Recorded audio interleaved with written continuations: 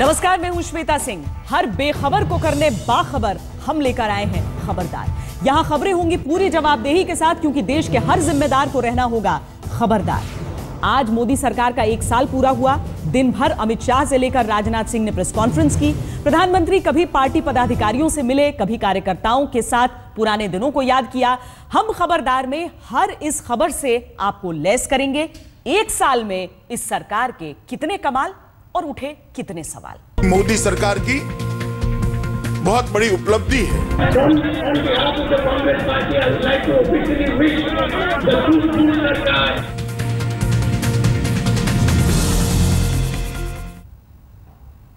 सरकार और बीजेपी ने आज 1 साल की कामयाबियों की पूरी फहरिस्त गिना दी, लेकिन विपक्ष सरकार के रिपोर्ट कार्ड पर सहमत नहीं है। तो फिर सच्चाई क्या है, चलिए देखिए हमारे साथ।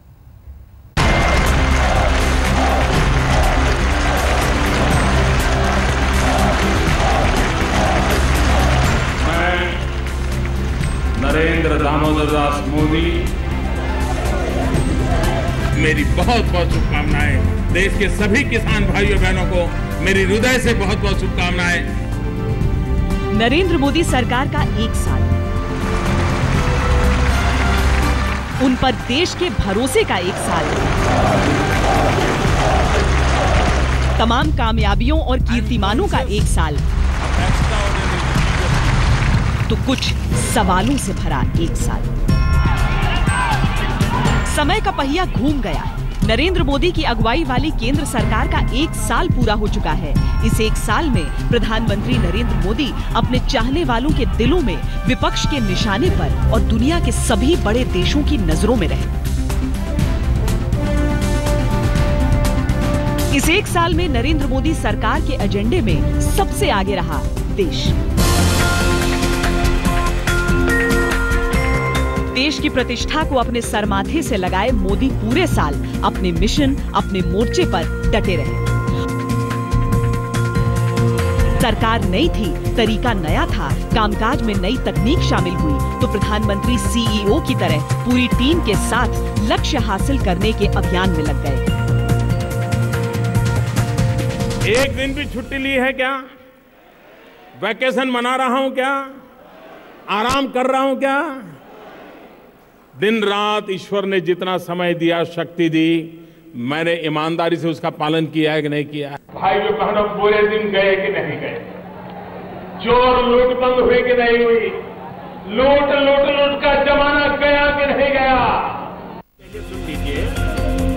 यही वजह है कि सरकार के कामकाज पर जब विरोध के बाण चलते हैं, तो मोदी अपने अंदाज में विरोधियों को जवाब भी देते हैं। और उन्होंने क्या? पिछले 1 साल में कहीं से कोई घोटाले की खबर आई है? जरा ताकत से बोलो, कोई घोटाले की खबर आई है? कोई भाई भतीजेवाद की खबर आई है? कोई रिमोट कंट्रोल की खबर आई है? यूपीए के कार्यकाल में जिन सेक्टर्स में घपले घोटाले उजागर हुए थे, मोदी ने ऐसा इंतजाम किया कि कहीं भी उंगली नहीं उठ पाई। पिछले चुनाव का मुद्दा था कोयले का, करीब 2 लाख करोड़ के घोटाले का। 1 साल के भीतर कोयले की खदानों का ऑक्शन किया गया, उसकी नीलामी की गई, और अब तक 29 खदानों की नीलामी हुई है। 29। मोदी सरकार ने इस 1 साल में देश के भीतर की समस्याओं को काबू करने की ईमानदार कोशिशें की, तो अंतर्राष्ट्रीय जगत में प्रधानमंत्री मोदी ने भारत को एक नई प्रतिष्ठा दिलाई। अमेरिका हो या ऑस्ट्रेलिया, चीन हो या जापान, नेपाल हो या भूटान, या फिर ब्राजील या म्यांमार, नरेंद्र मोदी जिस देश में गए वहां के रंगों में रंगे। लेकिन उससे बड़ा सच ये है कि जिस देश में मोदी गए, उस देश के तमाम लोग भी मोदी के रंग में रंगे नजर आए।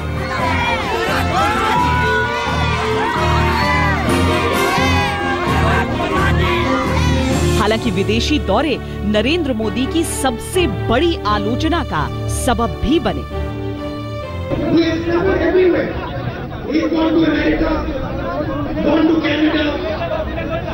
England, Australia, China, Japan. and Nepal, but I have not seen him once go to a poor man's house and hold his hand. पिछले साल 20 मई को लोकतंत्र के मंदिर की सीढ़ियां चूमकर मोदी जब संसद पहुंचे थे तो उन्होंने अपना रिपोर्ट कार्ड देने के लिए जनता से 5 साल का वक्त मांगा था। नरेंद्र मोदी सरकार का 1 साल कमालों और सवालों की बिसात पर है। इंडिया टुडे पत्रिका ने मोदी के कामकाज को 4 स्टार दिए हैं। तमाम सर्वे, जनमत यही कह रहे हैं कि जनता के अच्छे दिन भले ही न आए हों, लेकिन देश की उम्मीद और भरोसा अभी भी मोदी में कायम है। आज तक ब्यूरो। लेकिन नरेंद्र मोदी के मंत्रियों से लोग उतने ही संतुष्ट नहीं हैं जितने कि उनके कामकाज से हैं। ये हम आपको आगे दिखाएंगे।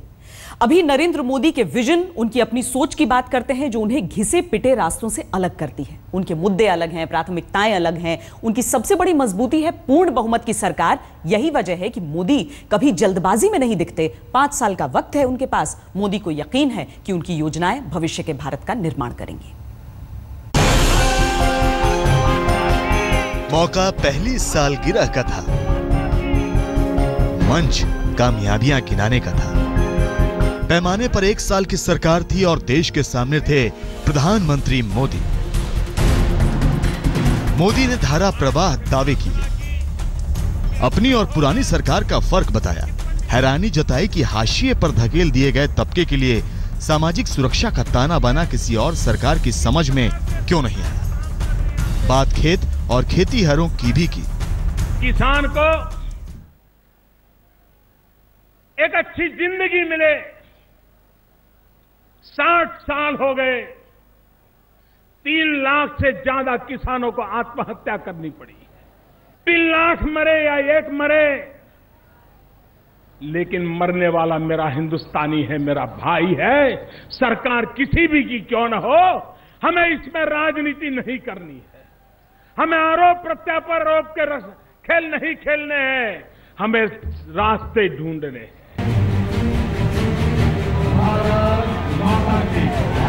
ऐतिहासिक जीत के साथ मोदी सत्ता में आए। चुनौती चट्टानी थी तो उम्मीदें आसमानी। सत्ता, सुशासन और सरकार, हर मोर्चे पर गवर्नमेंट विद डिफरेंस का फर्क साबित करना था। मोदी ने शुरुआत की लाल किले के प्राचीर से। गंदगी का नामो निशान नहीं रहने देंगे। ये सरकार से होता नहीं है, जन भागीदारी से होता है, और ये काम हम सबको मिलकर के करना है। सियासत के फलक पर मोदी का उदय नया ज्वार भाटा लेकर आया। मोदी ने महत्वाकांक्षी योजनाओं की नींव रखी, नई पहल की। देश ने पहली बार किसी पीएम को हाथों में झाड़ू थामकर स्वच्छता के मायने समझाते देखा। लाल किले के प्राचीर से ही मोदी ने बेटी बचाओ का भी नारा दिया। मां के घर में बेटियों की हत्या, ये 21 सदी के मानव का मन कितना कलुषित, कलंकित, कितना दाग भरा है, वो प्रदर्शन कर रहा है। इससे हमें मुक्ति लेनी होगी। लेकिन खुद प्रधानमंत्री मोदी जिस योजना का पूरे फक्र के साथ जिक्र करते हैं वो है जन धन योजना। प्रधानमंत्री जन धन योजना, 15 करोड़ लोगों के बैंक में खाते खुले, गरीब के खाते खुले।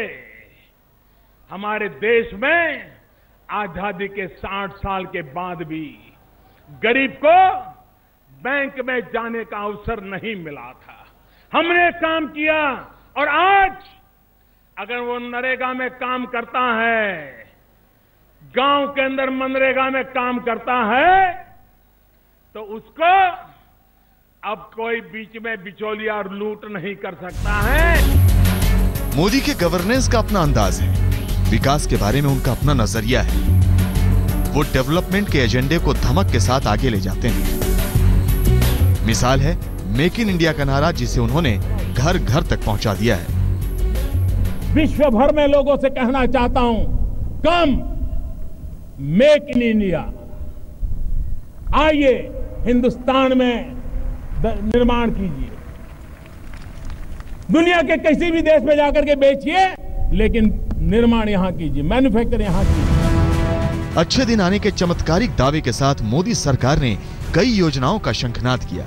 4 साल सरकार के पास और है। दावों की पोटली बड़ी होती जाएगी, लेकिन असलियत तो आखिरी छोर पर खड़े तबके की जिंदगी में आए बदलाव से ही साफ हो पाएगी। आज तक ब्यूरो। मनमोहन सरकार का आखिरी साल और नरेंद्र मोदी सरकार का पहला साल, तुलना हो रही है। तुलना तो होगी ही, सत्ता पक्ष हो या विपक्ष, सबकी अपनी अपनी दलील है। वहां सियासत भी है, लेकिन अंतर्राष्ट्रीय मंच इन दोनों के कार्यकाल को किस नजरिए से देख रहा है, यह हम आपको बताते हैं। अगर परिवर्तन नहीं लाएंगे तो परिस्थितियां नहीं पलटेंगी। सियासत में कमाल, सवाल और बवाल का फासला बयानों से पाटा जाता है। पिछले 1 साल में कहीं से कोई घोटाले की खबर आई है? जरा ताकत से बोलो, कोई घोटाले की खबर आई है? कोई भाई भतीजेवाद की खबर आई है? कोई रिमोट कंट्रोल की खबर आई है? 1 साल में नरेंद्र मोदी जी ने क्या किया? 1 साल के बाद किसान आत्महत्या कर रहा है।